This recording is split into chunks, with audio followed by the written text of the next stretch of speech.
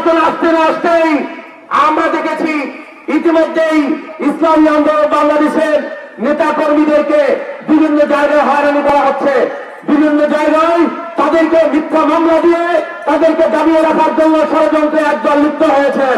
আমরা বলতে চাই, আমরা শান্ত সুস্থ দল, কিন্তু শান্ত মানুষটা যখন দেয়ালের সাথে পিঠ থেকে যায় তখন কিন্তু পিছনে চাকাবার কত সুযোগ আছে অধিকারের জন্য বলে।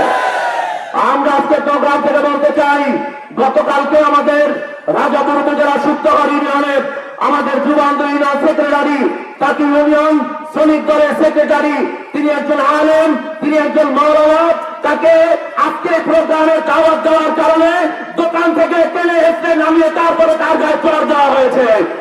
আমরা আজকে প্রোগ্রাম থেকে বলতে চাই, ইসলামী আন্দোলন বাংলাদেশের নেতা কর্মীদেরকে যদি ক্ষিপ্ত করেন তাহলে আমরা কিন্তু কিভাবে প্রতিবাদ করতে হয়, কিভাবে দাবদাবা জবাব দিতে হয় তা আমরা ভালো করে জানি। পাশাপাশি আমাদেরকে সচেতন থাকতে হবে। আমি আপনাদেরকে শেষ একটি আহ্বান জানাতে চাই, আজকে তারা মরিয়া হয়ে উঠেছে ঈশ্বর চরমনাইকে দাবিয়ে দেওয়ার জন্য, সাইকে চরমনাইকে দাবিয়ে দেওয়ার জন্য আজকে বিভিন্ন রকম হুমকি দেওয়া হচ্ছে। আমি ঝালকাঠি জনগণকে জানিয়ে দিতে চাই, আগামী এই নির্বাচনে ইসলামকে বিজয় করার জন্য, ঈশ্বর চরমনাইয়ের হাতকে শক্তিশালী করার জন্য আমরা তার সাথে আছি না নাই। ওরা যত হুমকি দাবিয়ে রক্ষা করেন, বিভিন্ন রকম তাদের বক্তব্য হলো ঈশ্বর চরমনাইকে যেখানে পাবে সেখানেই সাইজ করে দিবে। ইসলামী আন্দোলন নেতা কর্মীরা কি সব মারা গেছে নাকি? ইসলামী আন্দোলন নেতা কর্মীরা আছে না নাই? যুব আন্দোলন নেতা কর্মীরা আছে না নাই? ছাত্র আন্দোলন নেতা কর্মীরা আছে না নাই? শ্রমিক আন্দোলন নেতা কর্মীরা আছে না নাই?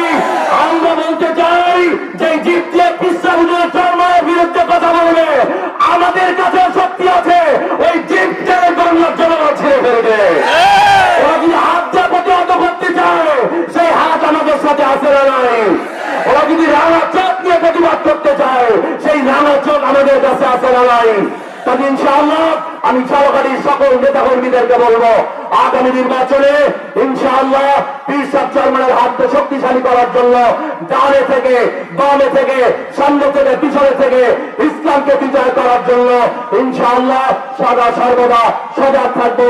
আল্লাহ পাক রব্বুল আলামিন আমাদের সবাইকে তিন টাইম সংগঠনের যোগ্য কর্মী হিসাবে কবুল করুন। আসসালামু আলাইকুম ওয়া রাহমাতুল্লাহি ওয়া বারাকাতুহু।